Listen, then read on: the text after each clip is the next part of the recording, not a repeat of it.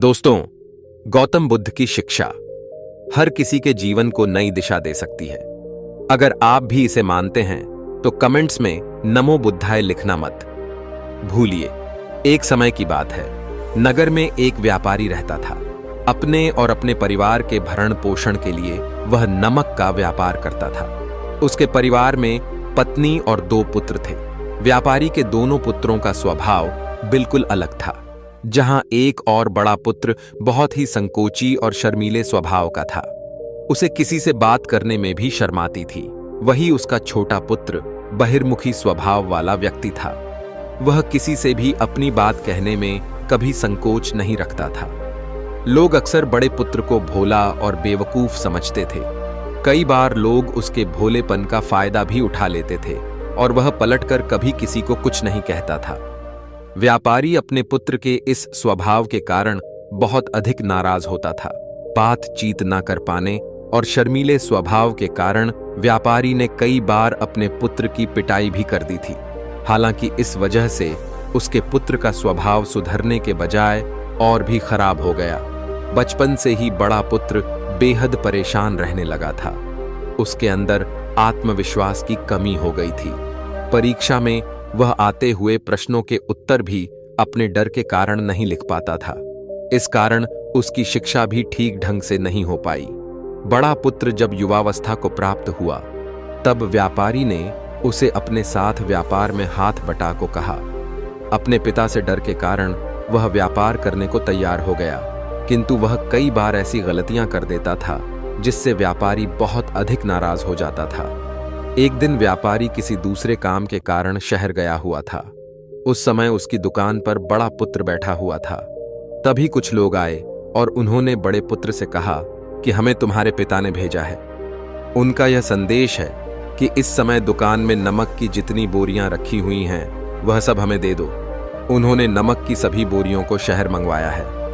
व्यापारी का पुत्र उनसे प्रश्न पूछने की हिम्मत जुटा ही रहा था कि वे दोनों आदमी दुकान के अंदर घुस गए और दुकान में जितनी भी नमक की बोरियां रखी थीं, सबको तांगे में रखा और लेकर चले गए। व्यापारी के पुत्र ने उन्हें रोकने का प्रयास किया, किंतु संकोच और शर्मीलेपन के कारण वह उन्हें कुछ कह नहीं पाया। उसने मन ही मन सोचा कि यदि मैं इन्हें नमक ले जाने से रोकूं तो पिताजी मुझ पर नाराज होंगे। कुछ समय बाद जब व्यापारी शहर से वापस आया तो खाली दुकान देखकर उसने अपने पुत्र से प्रश्न किया कि नमक की बोरियां कहां गईं? यह दुकान इतना खाली खाली क्यों है? तब बड़े पुत्र ने धीमे स्वर में कहा कि कुछ लोग दुकान पर आए थे और उन्होंने मुझसे कहा कि आपने नमक की बोरियों को शहर मंगवाया है, और दुकान में से सारी बोरियों को निकाल कर लेकर चले गए। व्यापारी ने अपना सिर पीट लिया। उसने अपने पुत्र को दुकान से धक्का देते हुए कहा कि तू मूर्ख का मूर्ख ही रह जाएगा। वे लोग तुझे बेवकूफ बनाकर सारा सामान ले गए। तुमने मेरा बहुत भारी नुकसान करवा दिया। यहां से दूर भाग जाओ और घर वापस मत आना। यदि तुम वापस आए तो मैं तुम्हें पीट पीट कर सीधा कर दूंगा। व्यापारी का बड़ा पुत्र इस बात से बेहद दुखी हुआ। एक बार फिर उसके शर्मीले स्वभाव के कारण उसके पिता उससे और अधिक नाराज हो गए। साथ ही व्यापार में भी इतना नुकसान हो गया। उस समय नगर के सभी लोग व्यापारी के पुत्र पर हंस रहे थे और उसका मजाक बना रहे थे। उसे बहुत अधिक शर्मिंदगी महसूस हो रही थी। यही वह समय था जब उसने सोच लिया कि अब उसके जीवन में कुछ भी ठीक नहीं हो सकता है। वह सदैव मूर्ख का मूर्ख ही रह जाएगा और इस समाज में रह रहे लोगों के साथ कदम से कदम मिलाकर कभी नहीं चल पाएगा। व्यापारी का पुत्र नगर से बाहर आ गया और एक नदी के किनारे बैठकर खूब रोया।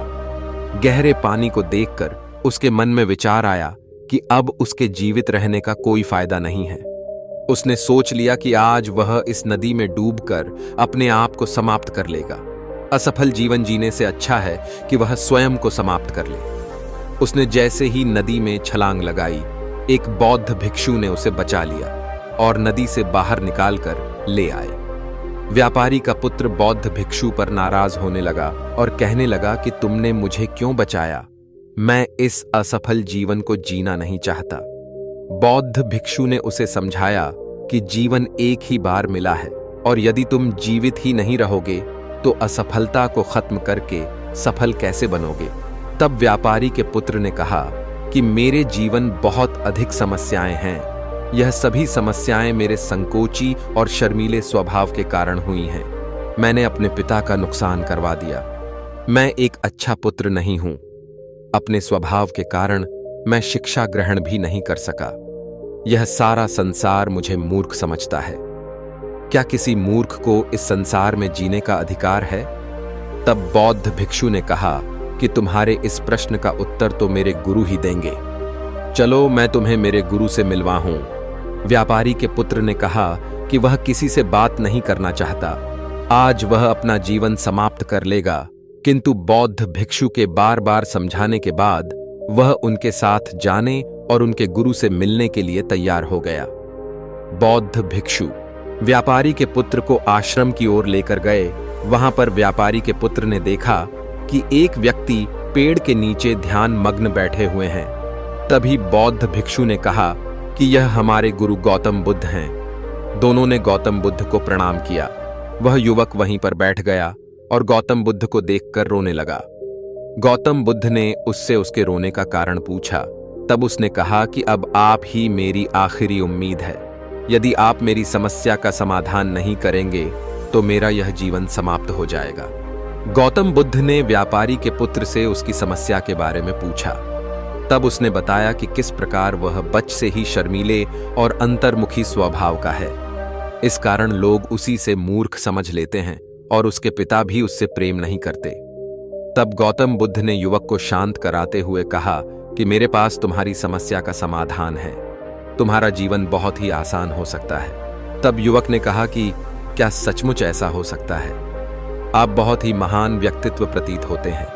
आपके तो कई शिष्य हैं। हे गुरुदेव, मैं भी आपका शिष्य बनना चाहता हूं। क्या आप मुझे अपने शिष्य के रूप में स्वीकार करेंगे? गौतम बुद्ध ने कहा कि हां, अवश्य। युवक ने कहा कि ठीक है गुरुदेव, अब मुझे वह उपाय बताइए जिससे कि मेरा जीवन बदल जाए। गौतम बुद्ध बोले, किंतु उससे पहले तुम्हें मेरे कुछ महत्वपूर्ण कार्य करने होंगे।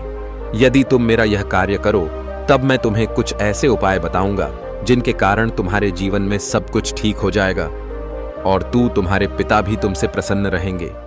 गौतम बुद्ध ने उस युवक को कहा कि आज से 3 दिन बाद मैं तुम्हें ऐसे उपाय बताऊंगा जिससे तुम्हारा जीवन बदल जाएगा, किंतु 3 दिनों तक तुम्हें मेरे सभी कार्य करने होंगे। मैं जैसा जैसा कहूंगा, यदि तुम वह कार्य को करने में सफल रहे तो तीसरे दिन के बाद तुम्हारा जीवन बदल जाएगा। तुम्हारा पहला दिन कल से शुरू होगा। अभी जाओ और आश्रम में ही आराम करो। अगले दिन व्यापारी का पुत्र गौतम बुद्ध के पास पहुंचा और कहा कि हे गुरुदेव, मुझे पहले दिन का कार्य बताइए। तब गौतम बुद्ध ने कहा कि आज तुम्हें 10 अजनबी व्यक्तियों से बातचीत करनी है और उनका हाल जानना है। इसका लेखा जोखा शाम तक लेकर आना। व्यापारी के पुत्र को बड़ा ही संकोच महसूस हुआ, किंतु उसने गौतम बुद्ध को हां कह दिया। वह निकल पड़ा। 10 अजनबी लोगों से बातचीत करने शुरू में उसे बहुत अधिक संकोच हुआ। कई लोग तो डांट कर भगा देते थे। उसके सामने अपना जीवन बदलने का यही एक उपाय था। आखिरकार कोशिश करते हुए उसने 10 अजनबी लोगों के नाम और उनके व्यापार का लेखा जोखा प्राप्त कर लिया। शाम को जब वह गौतम बुद्ध के पास पहुंचा तो प्रसन्नता के साथ उसने गौतम बुद्ध को बताया कि आज का कार्य उसने सही ढंग से पूरा कर लिया है। कुछ लोग तो उसके मित्र भी बन गए हैं। दूसरे दिन फिर वह युवक गौतम बुद्ध के पास पहुंचा। तब गौतम बुद्ध ने कहा कि आज का कार्य है, तुम आश्रम में रह रहे 10 शिष्यों को संबोधित करते हुए उन्हें जल के उपयोग के विषय में पढ़ाओ। गौतम बुद्ध की बात सुनकर व्यापारी का पुत्र हक्का बक्का रह गया। उसने कहा कि आप मुझसे किस प्रकार का कार्य करवा रहे हैं? मैं अपनी शिक्षा ठीक से पूरी नहीं कर पाया हूं। मैं यह कार्य नहीं कर पाऊंगा। तब गौतम बुद्ध ने कहा कि ठीक है, तब मैं तुम्हें उपाय भी नहीं बताऊंगा। व्यापारी के पुत्र ने प्रार्थना करते हुए कहा कि आप जानते हैं मेरी शिक्षा अधूरी है, फिर मैं किस प्रकार बालकों को शिक्षा दे सकता हूं? गौतम बुद्ध ने मुस्कुराते हुए कहा कि यहां सिर्फ मैं जानता हूं कि तुम्हारी शिक्षा अधूरी है। वे बालक नहीं जानते। तुम रोज अपने जीवन में जल का उपयोग करते हो, यही सब बातें जाकर उन बालकों को बतानी है। आखिरकार व्यापारी के पुत्र के पास कोई रास्ता नहीं बचा। हिम्मत जुटाकर वह उन बालकों के पास पहुंच गया। शुरू में तो उसके हाथ पैर कांप पर रहे थे, किंतु आखिरकार उसने जल की विशेषताओं के बारे में बताना प्रारंभ कर दिया। उसने बालकों को जल की 5 विशेषताएं बताई और जल्दी से वहां से भाग आया। गौतम बुद्ध के पास आकर उसने कहा कि बहुत अधिक डर लग रहा था, किंतु मैंने बालकों को जल की 5 विशेषताएं बता दी हैं। गौतम बुद्ध ने कहा कि जो एक बार फिर कोशिश करके आओ। व्यापारी का पुत्र ने एक बार फिर हिम्मत जुटाई और बालकों को जल के विषय में पढ़ाना शुरू किया। इस बार व्यापारी के पुत्र को बिल्कुल डर नहीं लग रहा था। पूरे आत्मविश्वास के साथ बालकों को शिक्षा दी। तब गौतम बुद्ध ने युवक की प्रशंसा करते हुए कहा कि तुम अवश्य ही साहसी हो। गौतम बुद्ध से शाबाशी सुनकर वह युवक बहुत अधिक प्रसन्न हुआ। युवक तीसरे दिन जब गौतम बुद्ध के पास आया तो गौतम बुद्ध ने उससे कहा कि आज का कार्य तुम्हें थोड़ा अजीब लग सकता है, किंतु आज तुम्हें अपने पिता से मिलने जाना है। गौतम बुद्ध की यह बात सुनकर वह युवक बहुत अधिक डर गया। उसने कहा कि नहीं नहीं, मैं अपने पिता के सामने नहीं जाऊंगा। गौतम बुद्ध ने कहा कि ठीक है, तब मैं तुम्हें उपाय भी नहीं बताऊंगा। आखिरकार उस युवक को गौतम बुद्ध की बात माननी पड़ी। गौतम बुद्ध ने उसे समझाया कि अपने पिता के पास जाकर उनसे क्षमा मांगना और कहना कि तुम्हें एक और अवसर दे ताकि तुम स्वयं को बुद्धिमान साबित कर सको। उसे युवक ने बड़ी हिम्मत के साथ अपने पिता का सामना किया और उनसे क्षमा मांगी। आखिरकार व्यापारी ने अपने पुत्र को क्षमा कर दिया और उसे दूसरा अवसर देने के लिए तैयार हो गए। व्यापारी का पुत्र गौतम बुद्ध के पास आया और उसने जब उपाय के बारे में जानना चाहा तब गौतम बुद्ध ने कहा कि तुमने स्वयं ही अपना उपाय खोज लिया है। तुम किसी से बात नहीं कर पाते थे, शर्मीले थे, सब कुछ तुम्हारे मन में बैठा हुआ डर था। हम कितने आत्मविश्वास हैं, कितने शर्मीले हैं और हमारे अंदर कितना डर है, यह सिर्फ हमें पता होता है। बाहरी दुनिया में किसी को नहीं पता होता है। बाहरी दुनिया में हम स्वयं को जिस प्रकार का दिखाते हैं, लोग हमें इस प्रकार का समझते हैं। अगर तुम आत्मविश्वासी नहीं हो तो भी अनजान व्यक्तियों के सामने यदि आत्मविश्वास होने का अभिनय करो तो किसी को पता ही नहीं चलेगा कि तुम कौन हो। वह युवक समझ चुका था कि गौतम बुद्ध उसे क्या बताना चाह रहे हैं। गौतम बुद्ध को धन्यवाद किया और उनसे वादा किया कि वह जीवन में सफल होकर दिखाएगा। दोस्तों, यह वीडियो पसंद आई हो और आपके आसपास भी कोई ऐसा शर्मीला और संकोची स्वभाव का व्यक्ति है तो उसे यह वीडियो जरूर शेयर करें ताकि उसकी सहायता हो सके।